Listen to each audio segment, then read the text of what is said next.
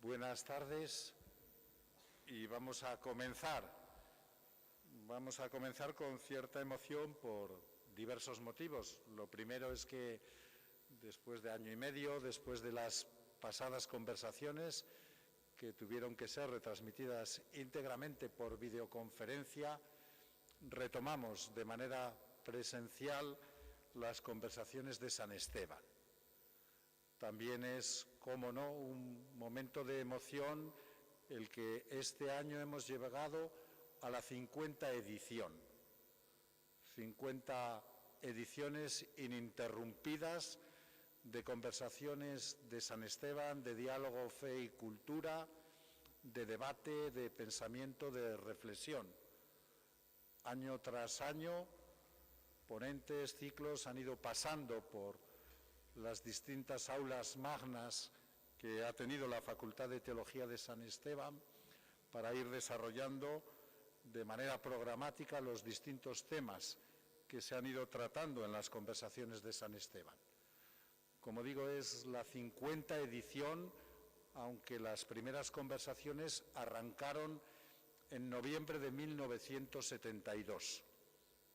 Las primeras conversaciones arrancaron en noviembre de 1972 y este año celebramos la 50 edición. Por ser la 50 edición las hemos querido dedicar a un tema que los dominicos llevamos en el corazón, llevamos en nuestro pensamiento y llevamos en nuestras manos. Es lo que constituye la pasión de nuestra vocación, es lo que constituye también la orientación de nuestra reflexión y es lo que impulsa nuestro compromiso.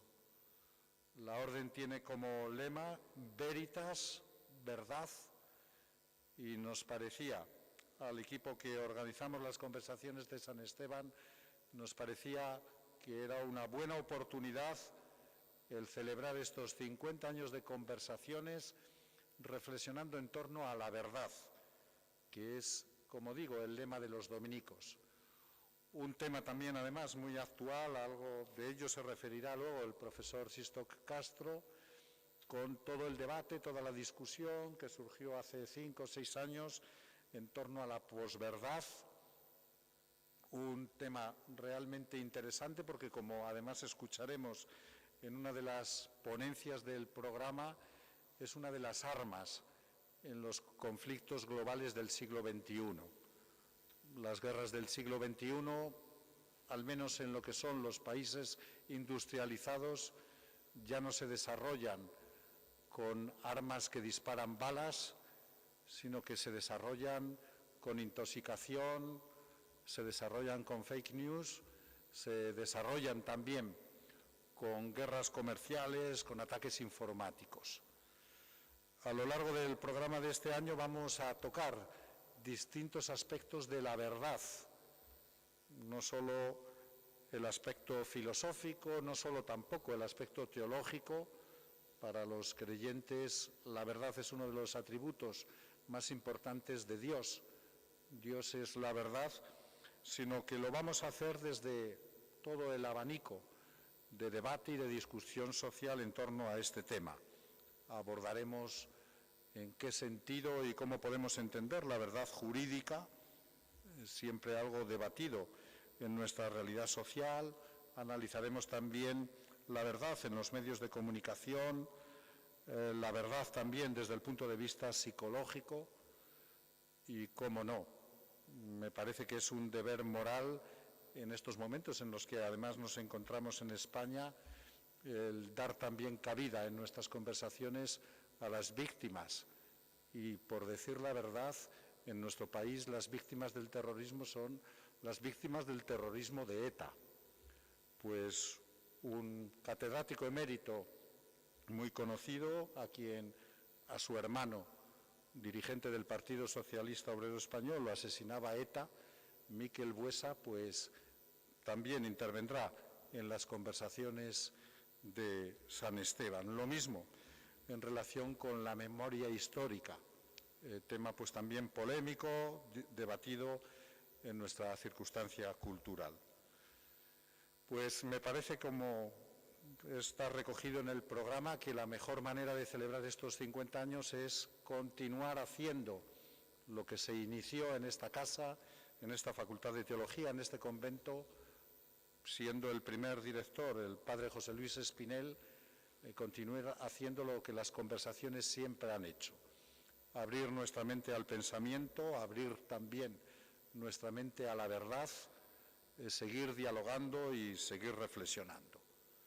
Simplemente dar las gracias a todos los que durante estos 50 años han asumido la dirección, la responsabilidad de animar las conversaciones de San Esteban.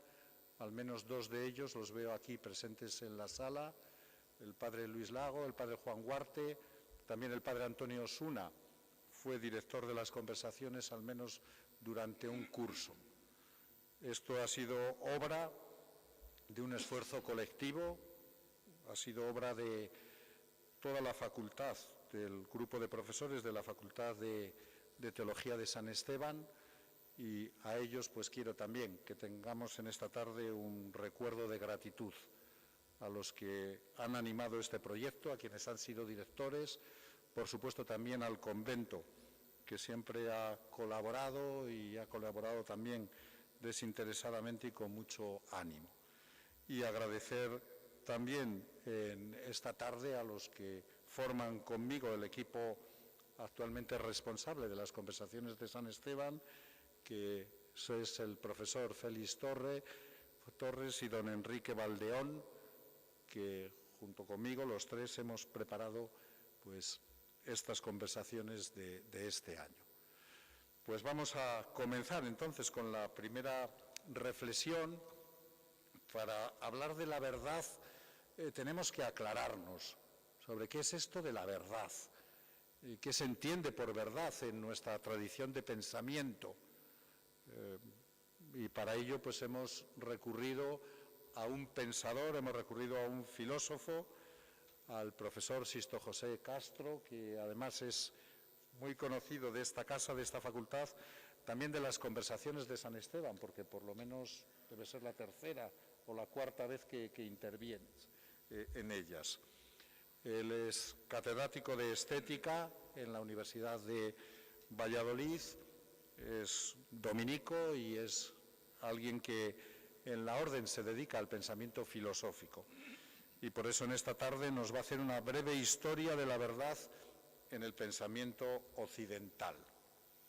Bueno, pues Sisto José Castro es catedrático de Estética en la Universidad de Valladolid, en donde imparte la docencia, como pasa el tiempo, Sisto, desde hace 21 años. Comenzó su docencia en el año 2000 a través, pues, de distintas figuras que hay de impartir la docencia hasta que ha llegado a obtener la cátedra en esta misma universidad. Ha impartido docencia en las asignaturas de Estética y Teoría de las Artes, en temas de ontología y también en teodicea. Él nació en Oviedo hace 51 años y, como os digo, es fraile dominico del convento de San Pablo de Valladolid. Es doctor en Filosofía por la Universidad de Valladolid, es también diplomado en Teología por la Universidad Pontificia de Salamanca, es también diplomado en órgano por el Conservatorio Superior también de esta ciudad, de Salamanca, y es también un gran organista, que es otra de las pasiones de su vida, la música. Ha impartido docencia y ha tenido también periodos de investigación fuera de su Universidad de Valladolid. Ha impartido docencia con regularidad en la Universidad de Bayreuth, en Alemania, y ha tenido también dos estancias al menos investigadoras en la Universidad de Columbia en Nueva York. Ha participado en muchos congresos, en muchos proyectos de investigación que no vamos aquí a enumerar, y es autor de varias publicaciones, muchas de ellas, y se lo agradecemos porque es un autor reconocido en nuestra editorial, muchas de ellas en la editorial San Esteban.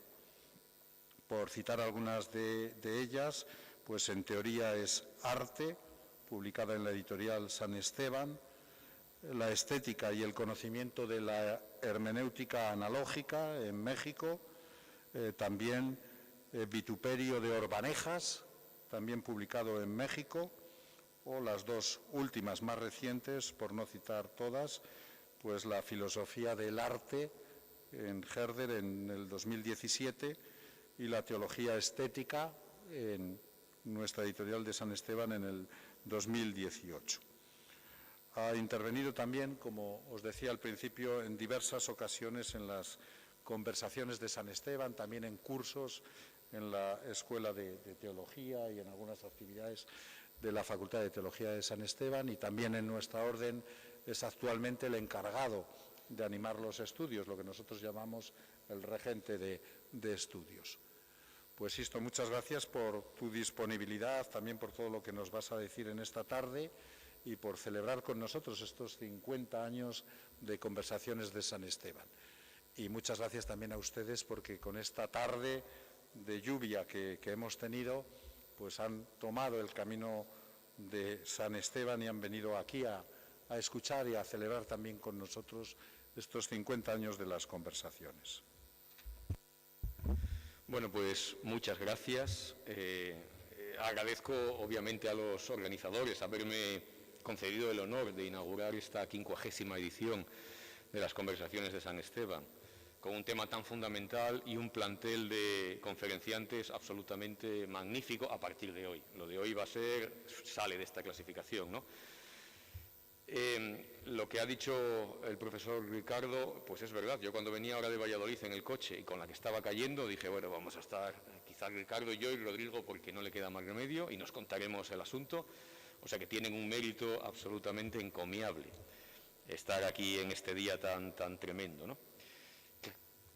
Vamos a plantear, intentaré no aburrirles demasiado, un tema clave en el pensamiento occidental. Plantear la cuestión de la verdad en el pensamiento occidental es plantear el desarrollo mismo del pensamiento occidental, porque cualquiera de las otras nociones clásicas, digamos la justicia, la bondad, la libertad, se elabora en un discurso del que al final tenemos que decidir si es verdadero o no lo es, ¿no? O sea, toda área filosófica tiene que ver con la verdad. Y claro, alguien podría pensar, bueno, pero es que llevamos 2500 años como poco hablando de la verdad y todavía no hemos llegado a ninguna conclusión sobre qué es la verdad. Bueno, no hay que extrañarse de que sigamos preguntándonos esto. No hace mucho algún filósofo se preguntaba si tenía manos. O sea que no hay que extrañarse de que sigamos pensando en la verdad, que seguramente sea más difícil de decidir que si uno tiene manos, ¿no? Bien, no voy a hacer un recorrido por filósofos y escuelas, ¿no? Este dice, el otro le contesta, el de más allá le cuenta, porque esto sería una especie de catálogo que sería muy aburrido. No se iban a acordar al final, no me acordaría ni yo mismo de quién dijo qué, de modo que lo que voy a hacer es una aproximación más general y, como verán, centrándome en un tema específico, que creo que es muy iluminador. Ahora lo revelaré. Para comenzar, sí que tengo que decir que una serie de apuntes básicos, ¿no? Que nuestro concepto occidental de verdad se nutre fundamentalmente de tres fuentes. Obviamente una fuente griega, una fuente latina y una fuente romana, ¿no? Solemos decir que es verdadero lo que está presente, lo que no es ilusorio, lo que no es imaginario, y esta es la idea que transmite el vocablo griego aletheia, que es una de las fuentes de nuestro concepto de verdad. Es decir, la verdad conecta con lo real, con lo patente, con lo que no está oculto. Cuando estaba preparando esto, recordaba esa idea, que seguramente etimológicamente, aquí puede haber alguien que me pueda corregir, el río Leteo es el río del Hades, en el que en la mitología griega hacían beber a las almas para que se olvidasen de su pasado y pudiesen reencarnarse partiendo de cero, ¿no?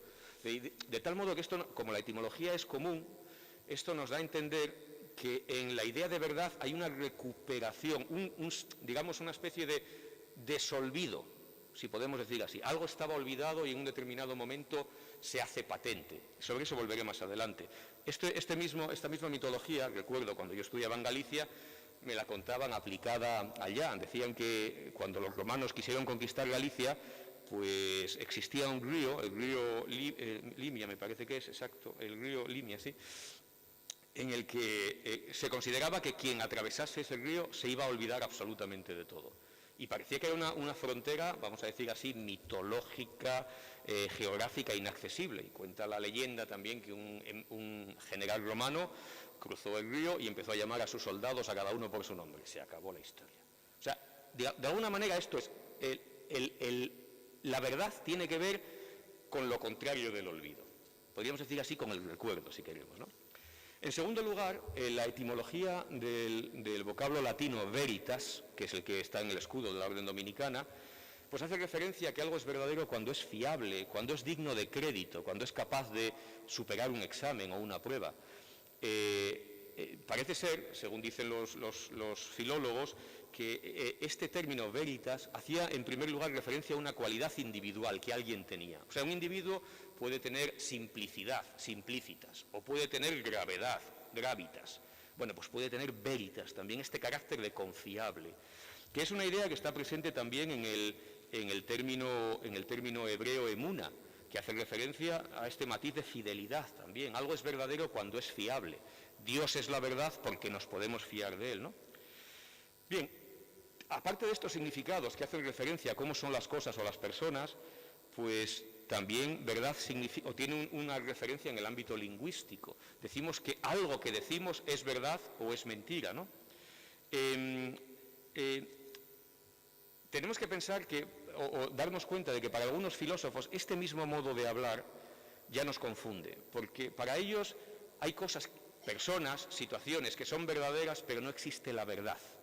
La verdad no sería más que una especie de cosificación de propiedades que podemos encontrar en los enunciados, en las cosas, pero la verdad en cuanto tal no existe. Bueno, sobre esto voy a volver ahora, ¿no?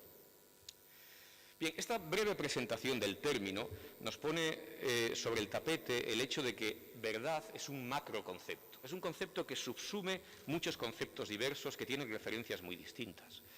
Un autor que fue muy famoso hace unos años, que se llamaba Feyerabend, tiene un texto, bueno, no importa el título, en el que afirma lo siguiente, y cito: delante de un juez, un testigo dice la verdad, toda la verdad y nada más que la verdad.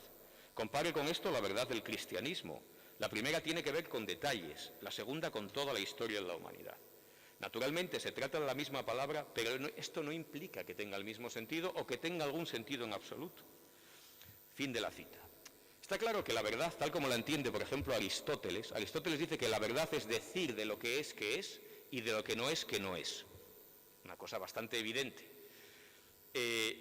O como, digamos, otro filósofo contemporáneo que se parece mucho su aproximación a la de Aristóteles, que dice, decir el enunciado la nieve es blanca es verdadero si efectivamente la nieve es blanca. O sea, esto nos parece evidente, pero enseguida lo voy a problematizar. O sea, ¿cómo conectamos lo que decimos con cómo son las cosas? O sea, ¿cuál es la prueba que la realidad ofrece para verificar mi enunciado? Volveré sobre ello, ¿no? Una cosa es, digamos, la verdad tal como la entiende Aristóteles, otra es la verdad tal como la entiende Tarski, otra es la verdad tal como la entiende el cristianismo. Por ejemplo, Tomás de Aquino, en el himno Adoro-te, devote, pues dice, nada hay más verdadero que esta palabra de verdad. O sea, Cristo es la palabra de verdad más verdadera. ¿Qué tiene que ver esto? ¿Qué tiene que ver esto con la aproximación cuando yo digo que este micrófono es un micrófono de verdad? O sea, aquí la cuestión es que hay muchos discursos mezclados, ¿no? Por eso hay muchos filósofos que dicen, bueno, en realidad hay un equívoco de base. Es decir, hablamos de muchas cosas usando un nombre común y el lenguaje nos engaña. Esta es una tendencia que ha estado en el siglo XX, la filosofía lingüística. Pensar que el lenguaje habitualmente nos confunde. Decimos, Cristo es verdad, el enunciado, hay gente aquí sentada, es verdad, el teorema de Pitágoras es verdad, que me duele el pie es verdad, no, ahora no es verdad, pero lo pongo como ejemplo, ¿no? Pero en el fondo es la estructura la que nos engaña. Por ejemplo, yo les digo, tengo una botella de agua, y esto es un sujeto, un verbo y un complemento directo. Pero si yo digo, tengo un dolor en el pie, a ver, enséñame el dolor en el pie. O tengo una intuición. La estructura es la misma, pero en realidad esa estructura lo que hace, el lenguaje parece que nos confunde. ¿Dónde está el dolor? A ver dónde lo puedo, a ver si lo llevo aquí en el bolso y se lo puedo enseñar a la gente, ¿no? O sea, de alguna manera estos filósofos lo que vienen a decir es que lo que tenemos que hacer es analizar nuestro modo de hablar de la verdad y olvidarnos de metafísicas. O sea, la verdad no es una propiedad de las cosas reales, sino que es una propiedad de nuestros discursos. Lo que tenemos que hacer es analizar exclusivamente nuestros discursos. Y entonces así pues podemos enfrentarnos a todas esas paradojas que se dan habitualmente cuando hablamos de la cuestión de la verdad, eso que los medievales llamaban insolubilia, lo que no tiene solución. Por ejemplo, la célebre paradoja de Epiménides, ¿no? Que recuerdan todos seguramente, los que hayan estudiado algo de filosofía, es Epiménides es cretense y dice todos los cretenses mienten. Entonces, si dice la verdad, miente. Si miente, dice la verdad. No hay manera de salir de ahí, salvo que emprendamos un análisis lingüístico. Nos parece que hay una realidad ahí muy confusa y los filósofos dicen, no, es el lenguaje que en último término te confunde, ¿no? Hay muchos filósofos que dicen que la verdad no es más que la eficacia que tiene algo. Una teoría es verdadera no si se corresponde con un estado de cosas en el mundo, con algo oculto, sino simplemente si funciona. Los pragmatistas, por ejemplo, dicen, ¿cuál es la definición verdadera de justicia? O sea, ¿qué tendría que pasar para que en el mundo hubiese justicia? Pues que los pueblos viviesen en paz, que los pobres no se muriesen de hambre, que los ricos no tuviesen tanto dinero. Esa es la definición de justicia, aquella que es eficaz, que tiene unos efectos comprobables, ¿no? Lo demás serían cuentos de hadas. Claro, esto queda muy bonito, pero hay que pagar un precio por todo esto, ¿no? Es decir, como decía antes, está muy bien, podemos analizar el lenguaje, cómo nos referimos al mundo, pero no está tan claro cómo ese lenguaje conecta con el mundo. Cuando yo digo cosas acerca de la realidad, necesito una teoría que me diga cómo lo que yo digo conecta con cómo las cosas supuestamente son. Y digo supuestamente porque todavía un poco más adelante vamos a poner esto en cuestión también, ¿no? ¿Qué hay en la realidad que pueda verificar una proposición, algo que yo digo? ¿Cómo se verifica, por ejemplo, la proposición el sentido de la vida es 42? No sé si han visto la película o leído la novela La guía del autoestopista galáctico, donde encargan a un robot que responda a la pregunta por el sentido de la vida. Y el robot dice, bueno, volved dentro de 10.000 años, creo, algo así por el estilo. Y está dando vueltas, y al final dice el sentido de la vida, y está todo el mundo con las orejas abiertas, es 42. ¿Cómo se verifica eso?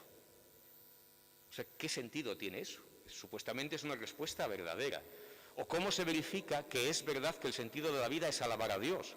¿O cómo se verifica que es verdad que el sentido de la vida es hacer muchos puzzles con pinzas y macarrones?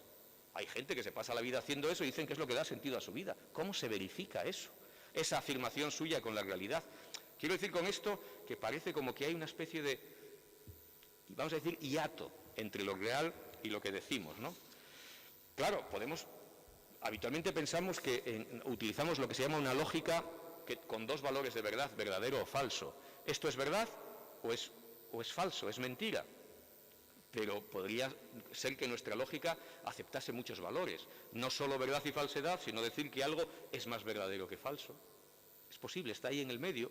O algo simplemente es sensato. Cuando alguien te dice algo, digo, pues yo no sé si es verdad, pero eso tiene sentido. Podría ser un valor de verdad, aunque esto nos confunda un poco los términos, ¿no? Bien, ¿con esto qué quiero decir? Que estamos en un territorio muy embarullado. O sea, la cuestión de la verdad no es una cuestión fácil, no es una cuestión para Twitter. Yo siempre les digo a mis alumnos que Twitter lo pueden tirar a la basura, no vale para nada, sobre todo en el ámbito filosófico. Decir una chorradita en 2 frases no resuelve nada, hay que convertir en problema, y para eso necesitamos mucho tiempo y mucha energía, este tipo de elementos filosóficos. La verdad es... No. Seguro que estás equivocado si me lo dices en una sola frase, ¿no? Bien, voy a tratar de ejemplificar este asunto con una breve historia filosófica en un momento en que los filósofos discutían a fondo qué es la verdad y trataban de mostrar que cómo entendamos la verdad no es una cuestión que carezca de importancia. Bueno, ¿a ti te parece esto? A mí me parece lo contrario. No. La cuestión es muy seria. Y así nos vamos a ir nada más y nada menos que hasta el siglo XIII. Nos vamos a ubicar en París, un París que no se parece en nada al de hoy, donde Aristóteles se había puesto de moda. Y cuando alguien se pone de moda, pues ya sabemos lo que pasa en el mundo. Todo el mundo quiere sacarse una foto con él. Todo el mundo quiere decir que es el que mejor lo entiende. Todo el mundo lo interpreta. Y esto pasó, claro. Las obras de Aristóteles iban entrando en las universidades y todos los académicos querían presentar su interpretación de Aristóteles. Una de las corrientes de interpretación más influyentes en la época fue la que se denominó el averroísmo latino. Básicamente porque dependía de Averroes, este filósofo cordobés del siglo XII, que había leído a Aristóteles y había hecho su interpretación, ¿no? Entonces, esta doctrina se había extendido y a muchos les pareció muy peligrosa. La lectura que Averroes estaba haciendo de Aristóteles, porque parecía una seria amenaza contra, digamos, el mismo concepto cristiano de la realidad, si queremos, ¿no? Entonces, Santo Tomás de Aquino tuvo que intervenir. Y además escribió un texto que es bastante duro. Aquí hay gente que sabe mucho más de Santo Tomás que yo. Y es uno de los pocos textos donde Santo Tomás vamos a decir que utiliza términos, vamos a decir, no sé, con una cierta mala leche, que habitualmente Santo Tomás lo que hace es respetar absolutamente las opiniones del resto de la gente. Le parece razonable o no y la discute. Aquí no, aquí está un poco enfadado porque considera que están engañando al personal como si fueran niños y acaba diciendo Santo Tomás: venid a discutir conmigo, no andéis diciendo bobadas por las esquinas, yo quiero discutir con vosotros. ¿Qué se discutía en este texto que escribió, que se llama Sobre la unidad del entendimiento?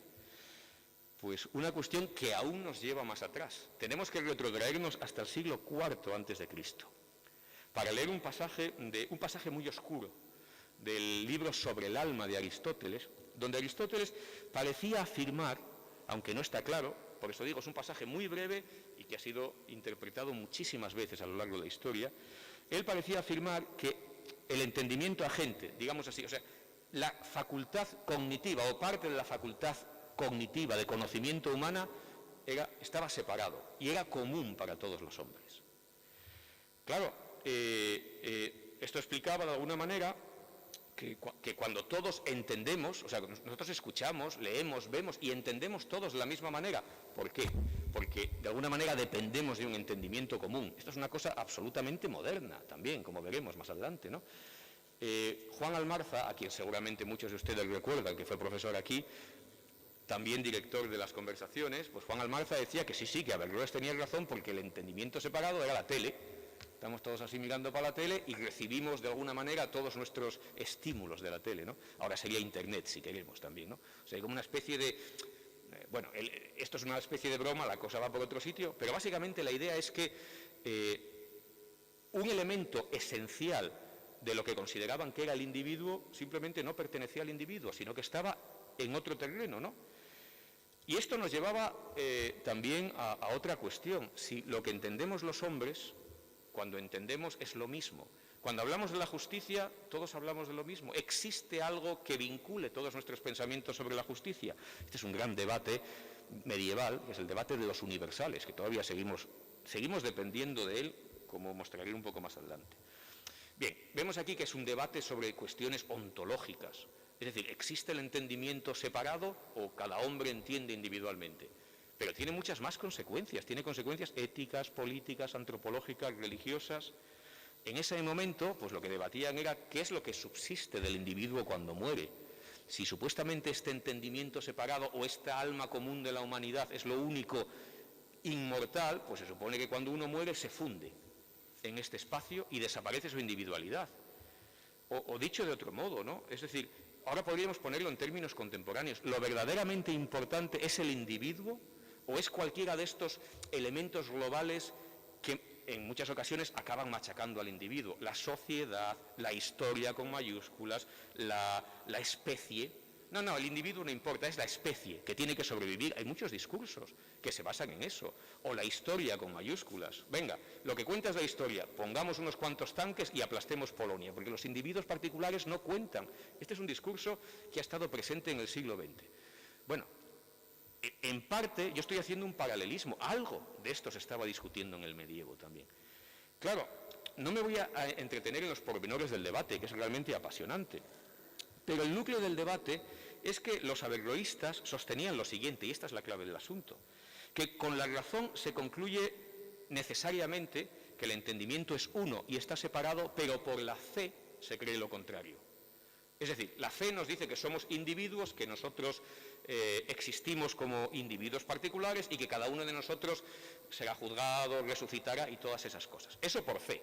Pero la razón, según ellos, nos dice lo contrario. No, que aquí esto de alguna manera la inmortalidad individual no existe, ¿no? Claro, esta es la clave del problema que quería plantear, la posibilidad de una doble verdad. Una cosa puede ser verdad por fe, decían los averroístas, y falsa desde el punto de vista de la razón, y a la inversa. Una cosa puede ser verdad desde el punto de vista racional y falsa desde el punto de vista de la fe. Claro, la clave del asunto es ¿qué es lo que legitima la verdad? ¿Cómo determinamos que algo es verdad? ¿Cuál es el elemento que nos permite pensar así, la fe o la razón?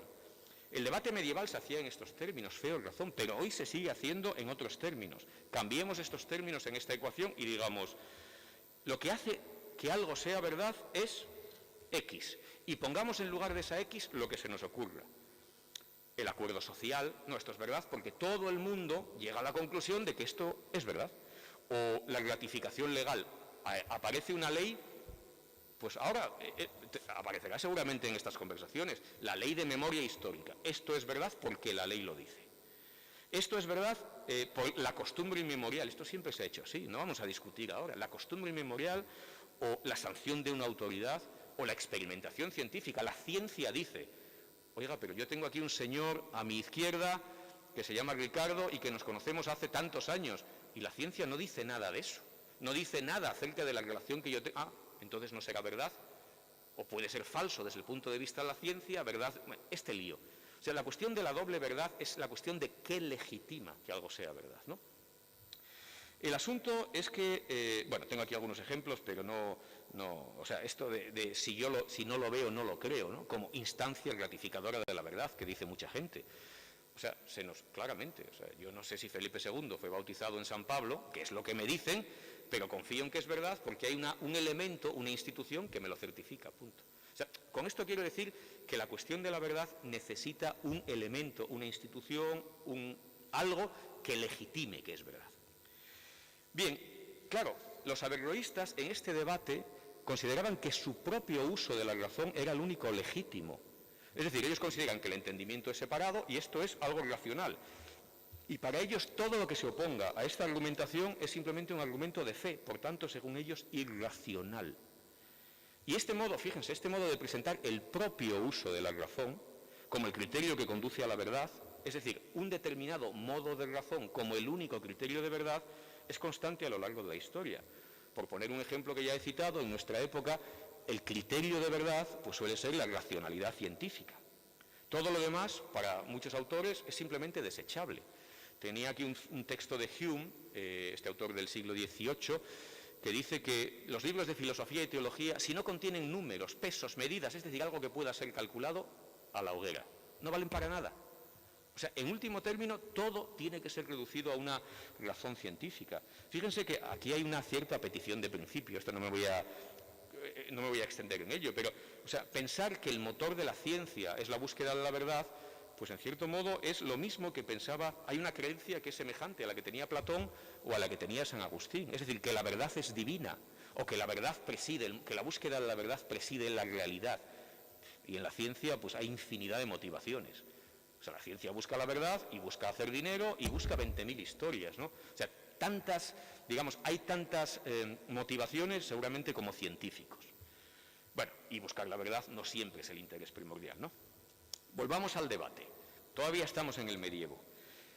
Tomás de Aquino fue muy sagaz como para darse cuenta de que para demostrar los argumentos de los averroístas que utilizaban solo la razón, él no podía acudir a argumentos bíblicos o argumentos de fe o argumentos biográficos. No podía decir San Agustín dice, o la Biblia dice, o a mí me ha pasado tal cosa y voy a utilizar esto como argumento. No. Él acude exclusivamente a argumentos de razón para demostrar que en la argumentación de los averroístas no se llega necesariamente a esa conclusión. O sea, lo que viene a decir es que si somos racionales podemos llegar a otras conclusiones también, ¿no? Esto es lo que hace Tomás de Aquino siempre en sus obras, en esta casa no hay que decirlo. Tomás de Aquino toma argumentos a favor, argumentos en contra e intenta mediar entre ellos y resolver. Es un procedimiento típicamente racional que, por cierto, hemos perdido seguramente en el debate contemporáneo. Nadie tiene en cuenta lo que dicen las personas que están en contra de él. Que lo que digan están equivocados. Yo con mi tanque hasta el final del mundo, ¿no? Claro, la clave de todo esto es que los averroístas, como dije, creen que ellos demuestran de modo necesario su conclusión, que el entendimiento es separado. Claro, y aceptar esto, Tomás de Aquino se da cuenta de que es desastroso.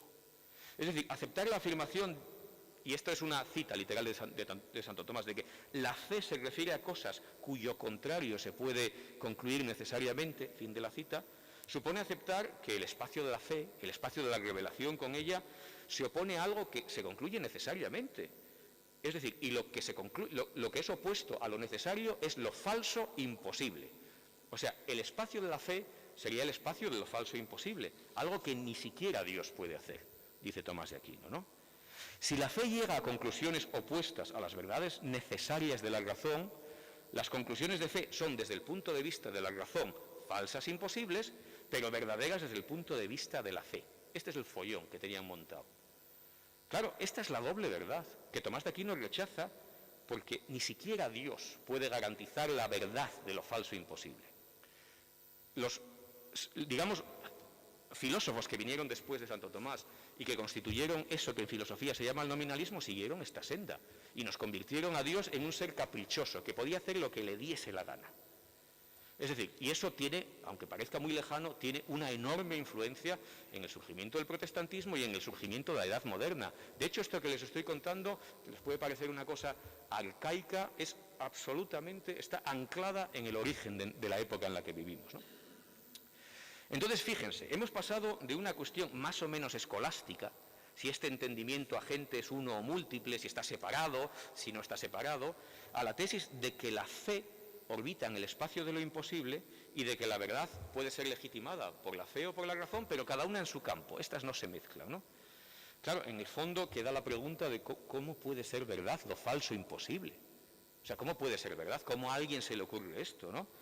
Claro, ¿cómo Dios puede hacer por fe verdad lo que por razón concluimos que no es? Es decir, Dios simplemente nos ha dividido y está jugando con nosotros, ¿no? O sea, ¿qué realidad es esta en la que una cosa puede ser verdad según un punto de vista y falsa según otro punto de vista, ¿no? O sea, Tomás de Aquino vio enseguida que aquí no se jugaba solo una cuestión epistemológica, digamos, relativa al conocimiento en el ámbito teológico, sino porque si aceptamos esto, la verdad religiosa quedaría estructuralmente asociada al ámbito de lo falso imposible. Fíjense que Aristóteles, al hablar de la tragedia, de todas las narraciones estas que vemos en la tele, así en general, pues decía que su ámbito era lo imposible verosímil. Ya ni siquiera, en el ámbito religioso, ni siquiera tiene que ser verosímil. Recuerdo una pequeña anécdota, en una ocasión que estaba yo en una estancia en Oxford con un profesor que estuvo por aquí, cuyas obras hemos publicado, que se llamaba Richard Swinburne. Había una conferencia sobre el problema del lenguaje religioso, este problema, o sea, ¿qué decimos cuando utilizamos afirmaciones religiosas? Y era un profesor que venía de no sé dónde, y toda la conferencia fue sobre el lenguaje de los cuentos de hadas. Y claro, los filósofos oxonienses, como buenos británicos, aguantaron el tipo allí, estuvieron hasta el final, pero en cuanto acabó la conferencia, le dijeron, usted no ha hablado de lo que prometía, esto no son cuentos de hadas. Se levantaron y se marcharon, fue una cosa tan violenta, bueno, violenta en el sentido británico, ¿no? Porque lo lógico era que se hubieran marchado al principio, era que yo no venía a contar esta milonga. No, aguantaron hasta el final, eso, ¿no?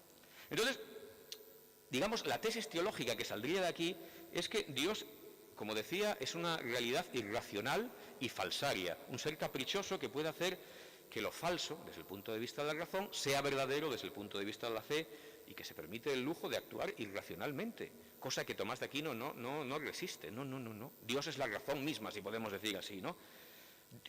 Dios podría haberse encarnado en un asno si le hubiese dado la gana. Esto no es frase que se me ocurre a mí, sino que es frase de alguno de los nominalistas, ¿no?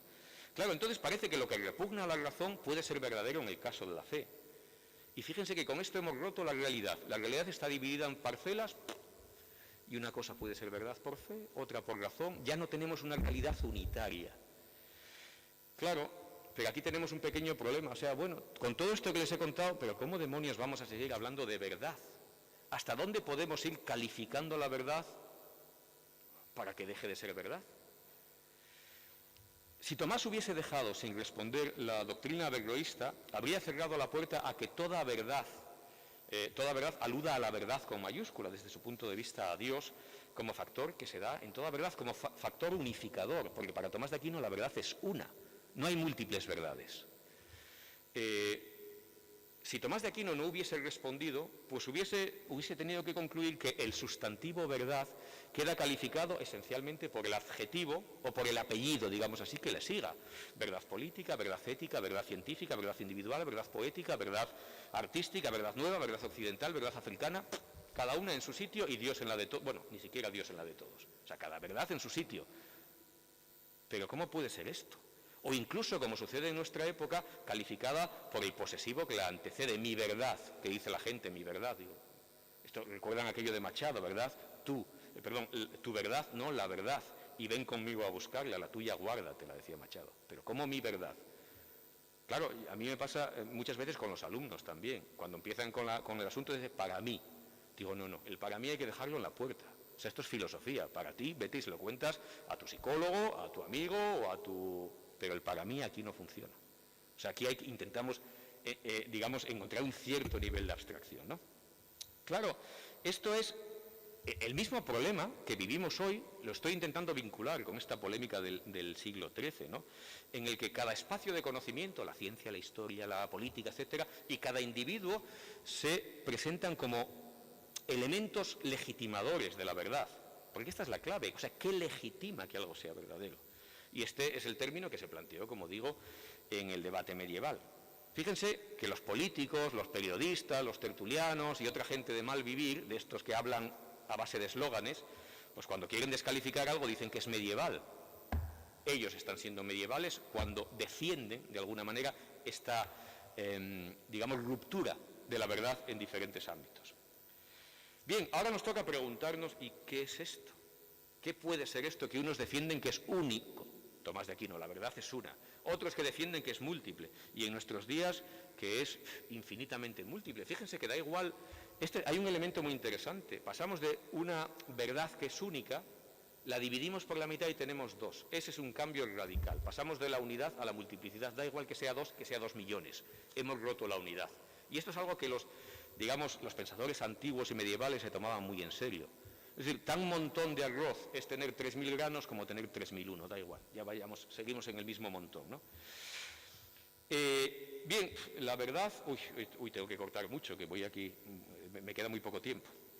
Voy a centrarme brevemente en Tomás de Aquino. En uno de sus opúsculos, que se lleva por título De Veritate, es decir, sobre la verdad, en la cuestión primera, Tomás señala que la definición que San Agustín da en los soliloquios de la verdad, en latín es verum est id quod est. Es decir, lo verdadero es lo que es. De alguna manera, ser verdadero y ser se identifican. Este micrófono que tengo aquí delante es un micrófono de verdad porque es un micrófono, porque sirve para transmitir el mensaje que les estoy dando, etcétera, ¿no? Imagínense que ahora entra, bueno, ahora no, aquí no, pero entra un tipo con una pistola en un banco a robar, suponemos que es una pistola de verdad. Si en lugar de ser una pistola de verdad, es una pistola que ha hecho con jabón, como aparece en una película de Woody Allen, y antes de entrar llueve, como hoy, y se le convierte en espuma, pues no es una pistola de verdad porque no es una pistola. Tan sencillo como esto, ¿no? Si yo aquí no sé cuál es la joyería más famosa de Salamanca, pues tendrán diamantes de verdad, porque son diamantes. Y yo podría haber venido con un collar de diamantes aquí, de bisutería, que no son de verdad porque no son diamantes. De tal modo que lo que hace el falsificador, por ejemplo, es simplemente hacer pasar lo falso por verdadero. Y en vez de desvelar la realidad de las cosas, lo que hace, o sea, de desnudarlas, la única imagen que quería poner hoy era la de alegoría de la verdad, que siempre es una mujer desnuda, sin ropa. Es decir, la verdad es la verdad desnuda. En cuanto le empezamos a poner mantos, lo que hacemos es falsificar, cubrir con un manto más para ocultar lo que decía al principio. La verdad tiene que ver con desocultar algo que estaba ahí, ¿no? Claro, entonces el falsificador, aquel que de alguna manera miente, pues comete un error no solo metafísico, no solo epistemológico porque nos engaña, sino un error ético también. Es una falta. Tomás de Aquino diría que es un pecado. Cuando trata la cuestión de la mentira, Tomás de Aquino distingue la mentira perniciosa. Esto es sumamente actual. Esto es sumamente actual. O sea, cuando pongan mañana al presidente o a quien sea contándonos la milonga del turno, piensen en Tomás de Aquino, y lo que diría Tomás de Aquino es que están en pecado mortal. Es verdad que no nos lo tomamos en serio seguramente, pero esta es la tesis de Tomás de Aquino. Cuando uno profiere una mentira con la intención de perjudicar a otro sin aprovechar a nadie, o cuando profiere con la mentira con la intención de aprovecharse del otro, o la que dice por hábito y el placer de mentir, es lo que decimos habitualmente. Estos ya mienten ya por hábito, ¿no? Esto es condenable como pecado mortal, dice. La que se dice en las bromas, cuando mentimos para hacer reír, o la que se orienta a conseguir un bien a otra persona, ayudarle a conservar la vida, ayudarle a conservar sus bienes, dice Tomás de Aquino, impedir la impureza corporal, no tiene esa consideración de gravedad. Y tiene menor culpa cuanto mayor es el bien intentado. Sí, se ha instalado ya en nuestra psique, digamos así, esta idea a la que aludía el profesor Ricardo de Luis, de la posverdad. Ya esto que dice Santo Tomás de Aquino nos da absolutamente igual. ¿Por qué? Porque vivimos en este ámbito de la posverdad. Según el diccionario de la Academia, posverdad es, y cito, distorsión deliberada de una realidad que manipula creencias y emociones con el fin de influir en la opinión pública en actitudes sociales. Es decir, lo que toda la vida se denominó mentira. Hay un elemento muy interesante que hace años detectó un filósofo que se llamaba Harold Frankfurt en un libro que lleva por título On Bullshit. Bullshit, esto no lo voy a decir la traducción literal porque esto va a quedar grabado, aunque luego me lo puedes limpiar, Rodrigo. Pero bullshit en inglés, si me permiten la expresión un tanto de mal gusto, es gilipollez. Claro, y esto es, el significado es la falta de interés por la verdad, la indiferencia sobre cómo son las cosas. O sea, el que miente sabe que miente. Pero el necio, es decir, no voy a repetir la palabra, vamos a decir el necio no le importa, porque considera que en el fondo no se trata de ser fiel a nada real, sino de construir un propio discurso independientemente de cualquier referencia a su verdad, que es el mundo en el que vivimos. Nos da igual si es verdad o es mentira, nosotros contamos nuestro discurso. Ahora venía yo escuchando la radio, iban contando cosas de distintos políticos, de distintos signos, y digo, todo esto es bullshit. No, les da igual, absolutamente, ¿no? O sea, tenemos un relato. Ahora nos dicen el relato, pero el relato sin base en nada real. Hemos roto la conexión entre nuestro discurso y la realidad. El profesor Ricardo aludía hace un momento a fake news. Fake news es un término que está muy relacionado con esto, pero es un término para el que tenemos un término español que yo aprendí leyendo a Zipizape. Los que son de mi edad más o menos saben quiénes eran Zipizape. Constantemente decía don Pantuflo, el padre de Zipizape, paparruchas. Paparruchas, aquí lo tengo. Diccionario de la RAE, noticia falsa y desatinada de un suceso esparcida entre el vulgo. Se acabaron las fake news. La próxima vez que les vengan con esto, digan paparruchas y ya está. Bien, vamos a nuestro hilo otra vez, que todavía me quedan unos minutos, aunque no he llegado ni a la mitad de la charla, pero bueno, en fin. Bien, la idea de que la verdad es algo que está en las cosas o en los hechos es defendida contemporáneamente por muchos filósofos también. Tomás de Aquino la defiende también, ahora diré, pero muchos filósofos que vienen a decir que un hecho es verdadero. Decir que un hecho es verdadero no añade nada a este hecho. Decir es verdad que llueve no añade nada al enunciado llueve. Es verdad que estos son diamantes no añade nada al enunciado estos son diamantes. Por tanto, para estos filósofos, la verdad es una propiedad prescindible, hay que quitarla, no añade nada. O sea, si esto es verdad que eso es un teléfono, equivale lingüísticamente, el significado es lo mismo que decir esto es un teléfono. Tomás de Aquino sostiene que esta manera de pensar deja por el camino un elemento fundamental, que es que la verdad dice relación al entendimiento, y esto es lo que añade al ser, o sea, que las cosas son inteligibles. Piensen en lo radical de esta cuestión, que la realidad sea inteligible, que podamos comprenderla, es algo maravilloso. O sea, si nos podemos a pensar que nosotros podríamos haber vivido en un universo absolutamente incomprensible. Y cuando uno se pone a pensar, pues le salen textos como el de un matemático que se llamaba Eugene Wigner, que lleva por título La irrazonable efectividad de las matemáticas en las ciencias naturales. O sea, los científicos pues utilizan las matemáticas sin más, y este se preguntó, ¿y por qué demonios las matemáticas funcionan? Es un texto muy interesante que comienza hablando de una distribución estadística. Y entonces alguien le pregunta, ¿y esto qué representa? Pues representa las opiniones de la gente que he consultado, y llega una campana de estas de Gauss. Y entonces le empieza a decir, ¿y estos símbolos qué significa? Esto es pi. Y esto tiene que ver con la razón de la circunferencia. Y entonces el otro le pregunta, ¿y qué tiene que ver las opiniones políticas de la gente con la razón de la circunferencia? Esta es la pregunta. O sea, ¿qué tienen las matemáticas que nos ayudan a entender el mundo? Pensémoslo. O sea, podríamos estar en un mundo incomprensible, y Tomás de Aquino dice que no, que el mundo es comprensible, y él va a solucionar la cuestión aludiendo a la mente de Dios. O sea, de alguna manera, Dios cuando crea establece, digamos, vamos a decir así, una serie de normas. Algo es una rosa o algo es un clavel cuando en el acto creativo de Dios se ha constituido, vamos a decir así, en norma. Se ha creado, podríamos decir así, la clavelidad, si queremos. Y algo es un clavel si se adapta a esta idea, ¿no? Entonces, Tomás de Aquino dice que la verdad está primeramente en la mente de Dios, después en nuestra mente y finalmente en las cosas. O sea, todo esto es lo que constituye el concepto de verdad, ¿no? Voy a hacer un pequeño inciso. Cuando me falten 5 minutos me dices y acelero. Hay un argumento que a mí me llama mucho la atención y que os lo voy a poner para pensar, que me parece muy divertido y cada uno que piense. Es un argumento que nos da Borges, un argumento para demostrar la existencia de Dios, y lo denomina el argumentum ornitologicum, es decir, el argumento ornitológico, el argumento de los pájaros, que conecta la existencia de una verdad en sí, independiente de nuestra opinión, de lo que nosotros veamos o de cualquier otro elemento subjetivo, con la existencia de Dios. Y les leo el texto, que es muy breve. Cierro los ojos y veo una bandada de pájaros. La visión dura un segundo, o acaso menos. No sé cuántos pájaros vi. ¿Era definido o indefinido su número? El problema involucra el de la existencia de Dios. Si Dios existe, el número es definido, porque Dios sabe cuántos pájaros vi. Si Dios no existe, el número es indefinido, porque nadie puede llevar la cuenta. En tal caso, vi menos de 10 pájaros, digamos, y más de uno, pero no vi 9, 8, 7, 6, 5, 4, 3 o 2 pájaros. Vi un número entre 10 y 1, que no es 9, 8, 7, 6, 5, 4... Este número entero es inconcebible, luego Dios existe. Fin del argumento. Esto venía yo pensando ahora cuando salí de Valladolid, que apareció una bandada de pájaros, digo, anda, mira, el argumento aquí demostrado, ¿no? Si Dios existe, y para Tomás de Aquino esto es indudable, Dios garantiza la verdad de lo que es, porque lo existente se adapta al entendimiento creador, y nuestros juicios son verdaderos, lo que decimos es verdad cuando se adecúa a decir lo que es. Pero ¿qué sucede en las filosofías que no apelan a este fundamento que es Dios? ¿Qué sucede hoy cuando los filósofos ya ni siquiera tienen en cuenta a Dios como garante? Claro, la filosofía moderna, según se nos dice, nace de la sospecha de Descartes de que podemos estar siempre engañados.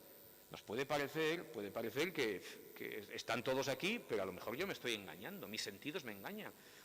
Puede parecer que lo que más necesario en el universo es que 2 más 2 sean 4, pero a lo mejor hay un genio maligno que me está convenciendo de que es así. Al final Descartes necesita a Dios para que el edificio no se le caiga abajo, ¿no?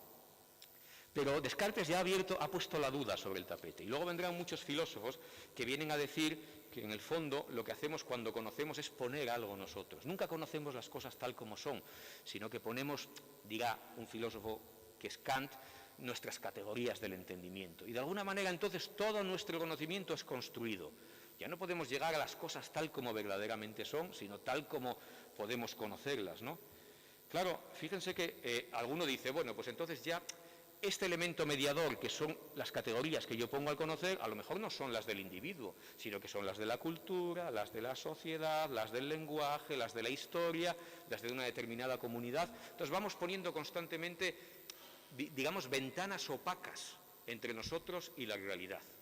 O sea, simplemente nos da la impresión de que no se puede decir que alguien ha alcanzado la verdad en ningún caso, porque hay tantos filtros que nos imposibilitan acceder a las cosas tal como son.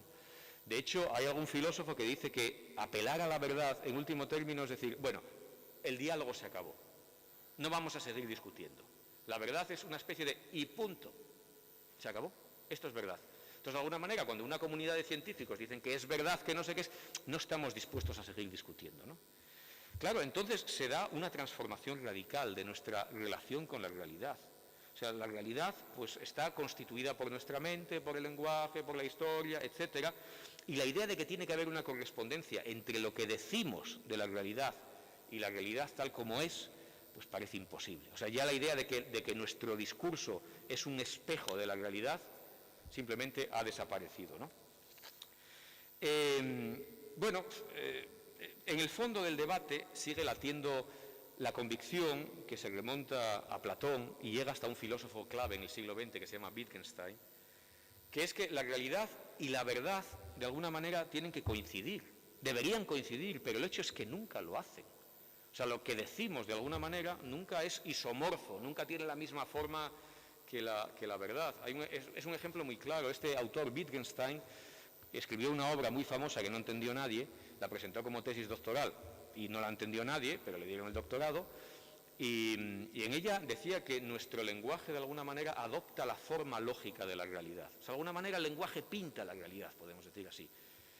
Claro, él dijo, ya he resuelto todos los problemas filosóficos y me voy a ir de la universidad, y se fue de maestro, se metió en un convento, hizo no sé cuántas cosas, y de repente un día dijo, pero si lo que he dicho no vale para nada. Y entonces volvió a la universidad y escribió otro libro que no tiene nada que ver con el primero, que es lo que hacemos a veces los filósofos, ¿no?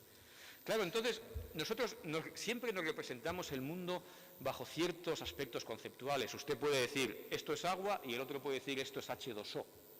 Y son dos perspectivas que seguramente las dos son verdaderas, pero dependen de esta práctica interpretativa.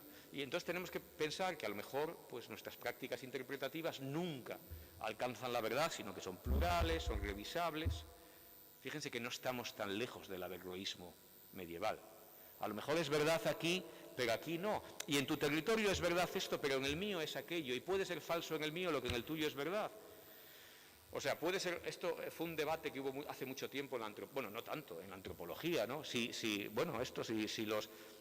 verdad que un chamán se transforma en león mediante un determinado rito, pues para algunos no, y para otros sí, y ya está, estamos en la doble verdad, punto. En tu territorio, la etnología o la antropología sí, desde el punto de vista de la biología evolutiva, claramente no. Bien, digamos que la cuestión se complica todavía un poco más, y voy a ir terminando, si dejamos que entre la historia en nuestro modo de acceder a la realidad, ¿no? Prometo que no más de 5 minutos. Digamos que esto, una vez que pensamos que la realidad ya no son cosas o hechos, sino que son aconteceres, eventos, devenires, llegar a ser, pues parece que ni siquiera la propia realidad es verdadera, sino que está en proceso de llegar a ser verdadera. Juan Almarza, de nuevo, que había estudiado mucho a Gadamer, pues viene a decir una cuestión muy interesante. Nuestro acceso a la realidad siempre tiene un carácter dialógico, pero el término diálogo tiene una connotación muy falsa.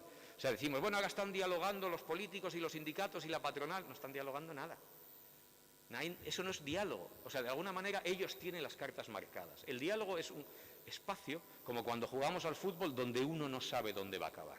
Se va moviendo, el mismo diálogo va poniendo reglas. Y lo que dice Juan Almarza, dice que es que cuando en el devenir histórico se adquiere conciencia, se evidencia el valor de la libertad o la explotación del hombre por el hombre, se ve que es injusta. Esto no tiene demostración alguna. O sea, no hay nada científico, si podemos volver a esa idea, que demuestre que está mal explotar a nuestros semejantes. Eso no se demuestra, simplemente se impone. Y no hay vuelta atrás. Es decir, en el proceso dialógico vamos desvelando, y ya volvemos al término que utilizábamos, vamos desvelando algo sobre lo que habíamos echado muchas capas, muchos mantos, y no hay vuelta atrás. O sea, nadie se plantea ahora seriamente defender la esclavitud. No, esto se ha acabado, pero esto no se demuestra racionalmente, no hay una esencia de la no esclavitud, ¿no? Esto ha acontecido en el proceso del diálogo, ¿no? Y el diálogo es lo que somos. Juan Almarza decía que es el título de su tesis doctoral ya hace mucho tiempo, decía, el diálogo que somos. Y el diálogo también, Dios es diálogo. Los teólogos siempre nos dicen que la divinidad es un diálogo ad intra, es decir, intratrinitario, y diálogo ad extra, la economía de la salvación. Entonces, esta historicidad está metida en la misma entraña del cristianismo. Bien, aquí quería terminar yo citando simplemente a un autor italiano que es muy interesante, que nos da una prueba, o sea, piensa la verdad de otra manera, que es Giambattista Vico. Vico piensa que la verdad no es algo que elaboremos teóricamente, sino fundamentalmente algo que hacemos. Es su principio fundamental, el principio del verum factum. Él dice, verum es ipsum factum. Lo verdadero es lo mismo que lo hecho, ¿no? Fíjense, ¿por qué se plantea esto Vico? Porque la gente de su entorno, es decir, los seguidores de Descartes, estaban dando vueltas a la posibilidad de que nos estemos engañando siempre, a la posibilidad de que mis percepciones sean mentira, a la posibilidad, digamos, de que vivamos en Matrix. Los jóvenes de aquí, pues conocen Matrix, ¿no? O a la posibilidad de que haya un científico malvado que esté en un laboratorio y ahora nos esté enchufando cosas en la cabeza y nos haga creer que estamos aquí cuando en realidad estamos tumbados en una camilla y nos está enchufando allí no sé qué esto. Entonces, Vico dice, podemos salir de esta idea cuando consideramos verdadera la cosa que ha sido hecha. La geometría es verdadera porque la hemos hecho, hemos recorrido los pasos para demostrar el teorema de Pitágoras. La física es verdadera porque hacemos experimentos que lo que hacen es reproducir el proceso natural. Una silla es una silla de verdad porque de alguna manera, a imitación del acto creativo de Dios, establecemos cuando hacemos una silla que es una silla. Fíjese que esto es muy interesante. Yo no entiendo nada de ingeniería naval, pero seguramente hay una diferencia radical que un ingeniero establece entre un acorazado y un destructor. Tiene estas características porque lo hemos hecho y hemos establecido lo que es un destructor y no es un acorazado o una goleta o no sé, yo de esto no sé nada. Pero digamos, el acto creativo establece cuál es la verdad de lo que debería ser y establece un elemento muy interesante que es el deber ser. Y con esto casi voy a terminar, aunque me quedaba un poco más todavía por aquí. Cuando nosotros, la filosofía moderna está acostumbrada a pensar que no podemos pasar del ser al deber ser. Que exista la esclavitud no significa que deba existir la esclavitud. Eso es una falacia, se dice. La filosofía clásica pensaba que, en la medida en que Dios intervenía, el acto creativo de Dios sí generaba un deber ser. Es decir, Dios de alguna manera habría creado al hombre de una determinada manera y el hombre debería ser, ese es el modelo, tal como había salido del ámbito creativo de Dios, ¿no? Bien, no me voy a entretener mucho más en esto. Lo único que quería decir, y ya con esto termino, es verdad, que igual es un minuto más, es que si renunciamos a la pretensión de que existe realmente una verdad, en el fondo tenemos que concluir que lo que se va a imponer es la opinión, la dictadura de la opinión de cada uno. Esto es una cosa que temía Platón. Las opiniones son una cosa, la doxa que él decía, la verdad es otra completamente distinta, ¿no? Un compatriota nuestro, que se llama Jorge Santayana, es un profesor nacido en Ávila, pero que toda su vida fue profesor de Harvard, no es nada sospechoso de teólogo ni de nada, le encantaba, tiene una obra muy interesante donde dice qué maravilloso hubiera sido ser dominico, no recuerdo muy bien el contexto, ¿no? Y luego murió en un convento de monjas, o sea, él no creía en nada, le encantaba todo lo católico, pero desde el aspecto estético, pero no creía que hubiese verdad en ello, ¿no? Pero bueno, Santayana dice, por eso digo que no es sospechoso de veleidades teológicas, dice que si renunciamos a esta pretensión de una verdad, suena muy mal decirlo así, pero absoluta, o sea, una verdad verdadera, pues al final la opinión de cada uno se vuelve ella misma absoluta. Y así no podemos vivir. Entonces, fíjense, cuando debatimos la cuestión de la verdad, con todo esto que les he contado, pues pueden decir, bueno, es una cuestión antigua, es una cuestión medieval, es una cuestión filosófica, pero cada vez que alguien miente, cada vez que alguien falsifica, cada vez que alguien nos dice una mentira, pues surge toda esta historia del término verdad para reivindicar la vigencia de que hay cosas que son y cosas que no son, y hay que decir de lo que es y de lo que no es, que no es. Muchas gracias.